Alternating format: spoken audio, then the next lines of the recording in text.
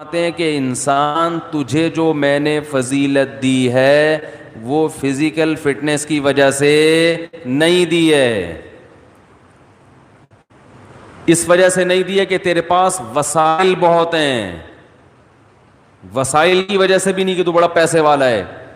انسان کو اللہ نے فضیلت دی ہے روحانی زندگی کی وجہ سے، جس کی روح اچھی ہوگی جسم سے نکلنے والے اعمال اچھے ہوں گے، روح گندی ہوگی جسم سے نکلنے والے اعمال گندے ہوں گے۔ کہتے ہیں نا موسیقی روح کی غذا ہے، گندے لوگوں کی روح کی غذا ہے، اچھے لوگوں کی روح کی غذا قرآن کی تلاوت اور ذکر اللہ ہے۔ ہمارے حضرت جب ذکر کیا کرتے تھے نا عجیب کیفیت ہو جاتی تھی۔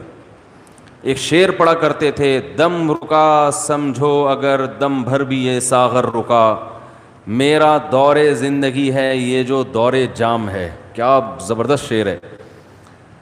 اللہ کے ذکر کو نا شراب سے تعبیر کیا ہے، جیسے شرابیوں کو شراب محبوب ہوتی ہے نا، اور شراب خانے میں جب وہ جاتے ہیں، مے خانہ جسے کہتے ہیں، آواز صاف آ رہی ہے کہ نہیں آ رہی؟ مے خانے میں شرابی جاتے ہیں تو شراب کے جام چل رہے ہوتے ہیں، ادھر ایک پیا ختم ہوا لیا دوسرا پیا، ٹھیک ہے نا۔ تو جیسے شرابی کو شراب سے عشق ہوتا ہے اور وہ کہتا ہے دم رکا سمجھو، کہہ رہے سمجھو میرا دم رک گیا، دم بھر بھی یہ ساغر رکا، ایک دم کے لیے بھی اگر یہ دور رک گیا تو میرا دم ختم، میں مر جاؤں گا، میں برداشت نہیں کر سکتا۔ میرا دور زندگی ہے یہ جو دور جام ہے، یہ جو شراب کا دور ہے نا یہی میری زندگی کا بھی دور ہے۔ میرے بلڈ کی جو سرکولیشن ہے وہ اسی سرکولیشن کی وجہ سے جو شراب کے پیالے جو گھوم رہے ہیں۔ تو حضرت اللہ کے ذکر کے بارے میں یہ شعر پڑھا کرتے تھے کہ اللہ کے ذکر کی ہمیں ایسی لت پڑ گئی ہے، ایسا چسکا لگ گیا ہے جیسے شرابی کو شراب کا چسکا لگتا ہے۔ تو حضرت بڑے مزے سے ذکر اللہ کے بارے میں یہ شعر پڑھا کرتے تھے، دم رکا سمجھو اگر دم بھر بھی یہ ساغر رکا، کہ اللہ تیرے نام کی لذت اور تیرے نام کا چسکا ہمیں ایسا لگ گیا ہے کہ دنیا کی کوئی بھی نعمت ہم سے چھین لی جائے ہم مریں گے نہیں، کوئی ہم سے تیرا نام لینا چھڑوا دے، کوئی ہماری زبان پہ تیرا ذکر کرنا ہم سے چھڑوا دے، ہم ایک سیکنڈ کے لیے بھی زندہ نہیں رہ سکتے۔ یہ کیفیت ہوتی ہے کس کی بھائی؟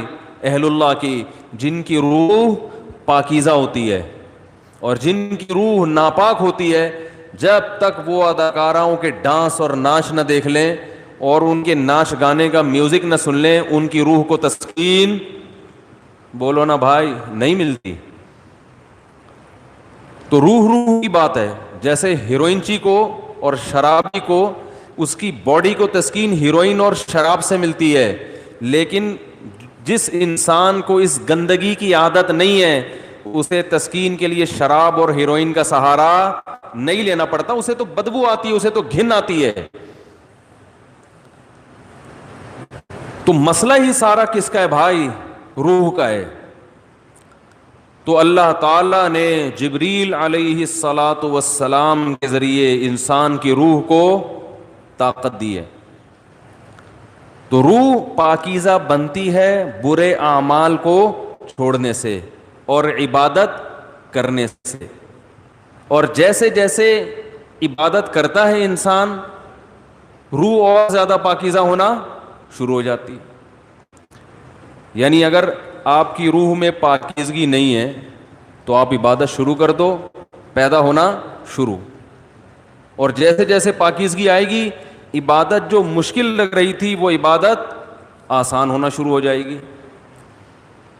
تو آج باڈی کی طرف تو ہماری قوم کی تو نہ باڈی کی طرف توجہ ہے نہ روح کی، لیکن میں تو ان لوگوں کی بات کر رہا ہوں جو لبرل لوگ ہیں، وہ روح کو تو بالکل فوکس کرتے ہی نہیں ہیں، اور ہمارے ہاں تو نہ روح کی فکر اور نہ جسم کی فکر، کسی چیز فکر لیس، ٹینشن فری زندگی۔ ٹینشن تو فری نہیں ہے لیکن فکر فری کہہ سکتے ہیں، جس کی وجہ سے ٹینشن ہی ٹینشن، کیونکہ جب نہ ادھر کے نہ ادھر کے تو پھر ظاہر ہے کھا کھا کے دھماکے سے پھٹ جائیں گے، اور روحانی زندگی کا تو بیڑا غرق۔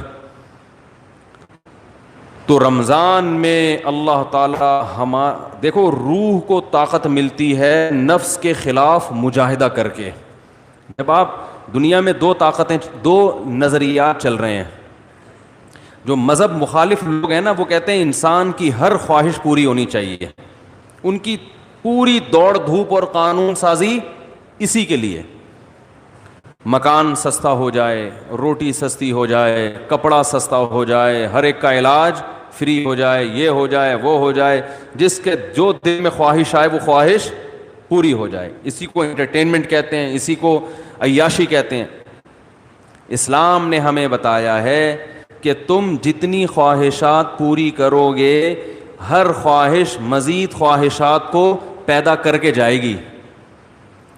جیسے کرونا وائرس کے کہتے ہیں نا 1 سے 100 ہو جاتے ہیں، اب جس نے پہلا وائرس پیدا کر دیا یا خود بخود ہو گیا قدرت کی طرف سے، تو بس ایک دفعہ کیا، اب وہ ملٹی پلائی،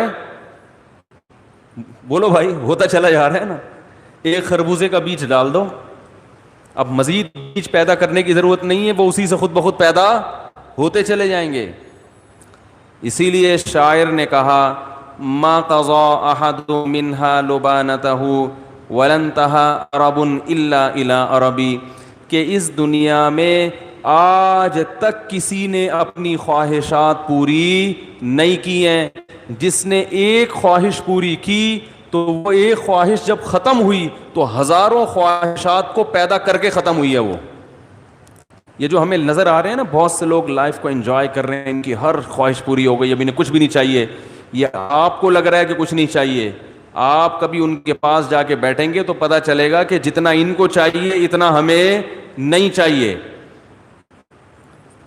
تو اسلام نے ہمیں کچھ ایسی کام بھی بتائے ہیں جس میں ہمیں اپنے نفس کے اگینسٹ چلنا پڑتا ہے، دل نہیں چاہتا مگر اس کی مخالفت کرنی پڑتی ہے۔ دل کی خواہشات کو جتنا کچلیں گے روح کو طاقت اتنی زیادہ ملے گی، اور روح کو تسکین ملتی ہے اس سے۔ تو اسلام نے ہمیں اپنے جسم کی خواہشات کو کچلنے کے لیے روزہ دیا۔ روزہ رکھو، صبح صادق سے لے کے غروب آفتاب۔ کیسا پھیکا پھیکا ہو جاتا ہے نا انسان روزے میں، مجھے تو آپ ابھی بھی پھیکے پھیکے سے ہی لگ رہے ہیں، عجیب سا نا کسی کام کا دل لگ رہا ہے، بیٹھے ہوئے ہیں، نہ گٹکا کھا سکتے ہیں، نہ پان کھا سکتے ہیں، نہ سگریٹ پی سکتے ہیں، نہ چائے پی سکتے ہیں، نہ کھانا کھا سکتے ہیں، سوکھا سوکھا سا منہ ہوتا ہے سب کا۔ روزے کی حالت میں دیکھو سب کی حالت کیا ہوتی ہے، کسی کام میں دل نہیں لگ رہا۔ اللہ نے کہا بس 1 نہیں 2 نہیں 3 نہیں 4 نہیں، کتنے 29 یا 30، آسان کام تھوڑی ہے۔ پھر ہاتھ باندھ کے اللہ کے سامنے کھڑے ہو جانا، نماز میں باؤنڈ کر لینا اپنے آپ کو۔ آج دنیا میں دنیا پرستوں کے لیے سب سے قیمتی چیز ٹائم ہے۔ وہ ٹائم کہتے ہیں کہ اتنی دیر ہم مسجد میں اللہ کے سامنے ہاتھ باندھ کر کھڑے رہیں، اس سے ہمیں ملتا تو کچھ بھی نہیں ہے، تو یہ تو ٹائم ویسٹنگ ہے۔